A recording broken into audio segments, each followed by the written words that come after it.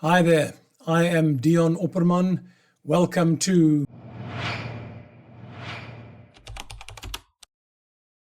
my channel where I unpack what it means to be a writer in the age of AI. In a previous video, I introduced 3 attitudes that seem to be emerging among writers towards collaborating with AI, regardless of the medium in which they write: screen, prose fiction, television, and so on. On the one extreme are the purists, who completely reject using AI in any form. The only intelligence I collaborate with is my muse. On the other extreme are the substitutionists, who want the AI to be their ghostwriter and write 1,000 books and scripts and send them the royalties. And between these two extremes are the augmentors, who view the AI as a co-writer or co-intelligence, a term used by Ethan Mollick in his book of the same name, Co-Intelligence. Great book, by the way. Okay, so on the one side are the purists and zero AI involvement. And on the other side of the spectrum are the substitutionists and 100% AI written texts.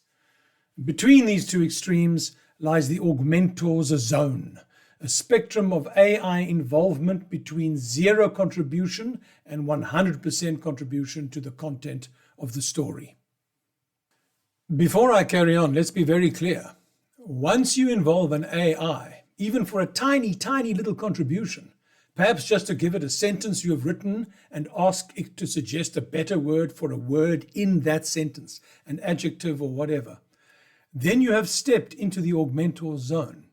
You can't do a Bill Clinton and say you did not smoke that joint because you didn't inhale. Using is using. The question in the augmentors zone is not, did the AI make a contribution? The question is, how much contribution did the AI make? I'm going to put down 3 milestone markers along that spectrum to give some idea of the extent of the AI's contribution to the content as we go from zero contribution to 100% contribution. As we step into the augmentor zone, we first come to the zone of the AI as editor. In this zone, you create content without AI collaboration and want editorial feedback and suggestions on your content, as you would get from a human. Feedback that you use or don't use at your discretion.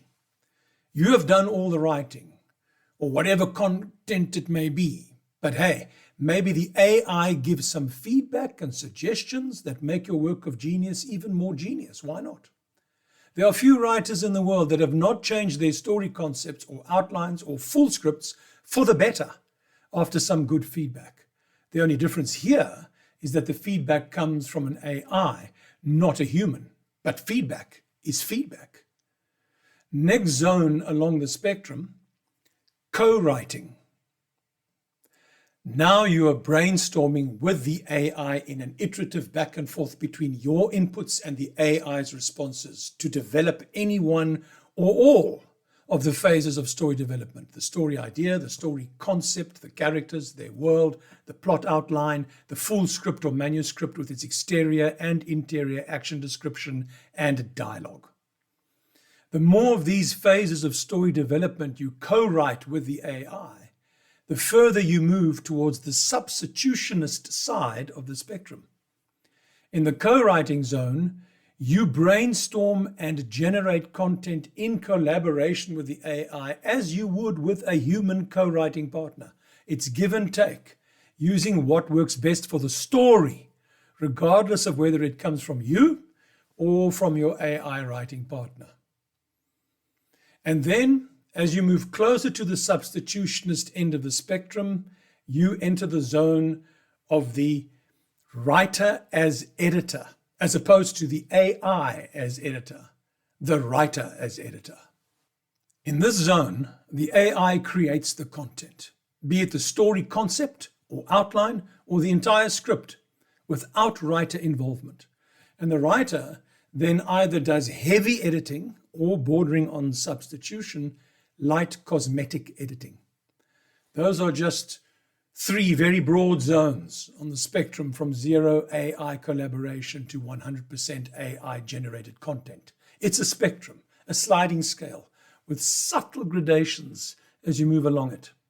I think it is safe to say that as the years go by and AI becomes ubiquitous in the same way that the internet and smartphones became ubiquitous, most writers will find themselves somewhere on that augmentor spectrum between the die-hard purists and the substitutionists. Yes, there will always be some writers that absolutely refuse to collaborate with an AI, but I suspect they will be a shrinking minority as the years and decades go by. And as for the substitutionists, well, very soon anybody will be able to task an AI agent with a prompt something like the following. You are an expert writer of crime thriller novels. Your objective is to write one ebook crime thriller novel of 85,000 to 90,000 words per week, which you will upload at exactly noon every Monday for purchase by readers on a payment-enabled website that you will create called Crime Thriller Inc., and which sends any income generated to my bank account. You will attend to the online marketing of the books with social media marketing campaigns. The style and tone of the crime thrillers you write must be blah, blah, blah, blah, blah, and so on and so on. The AI will then appoint and supervise and develop the necessary steps to realize the objective and appoint the needed agents and tools to assist with carrying them out. Markets are already being flooded with substitutionist AI-generated content. It will only get worse, as anybody and everybody has easy access to agents. Publishing platforms like Amazon will be forced to introduce barriers to stem the tide, while at the same time not forbidding any AI co-writing at all. It's going to be a delicate balance. And that puts us back on that augmentor spectrum and raises the question that is the title of this episode. How much AI makes you an AI-augmented writer?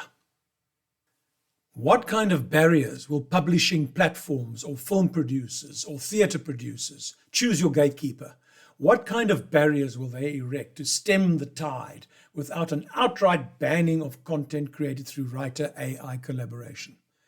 We allow narrative content that has used AI for brainstorming story concepts and outlines, but not those in which action description or dialogue is AI generated. Or we only allow writer-AI collaboration content in which no more than 49% of the content is AI generated. I mean, how do you even police that? Especially when on-device, fully integrated AI becomes ubiquitous and highly personalized, totally au fait with your writing style and headspace.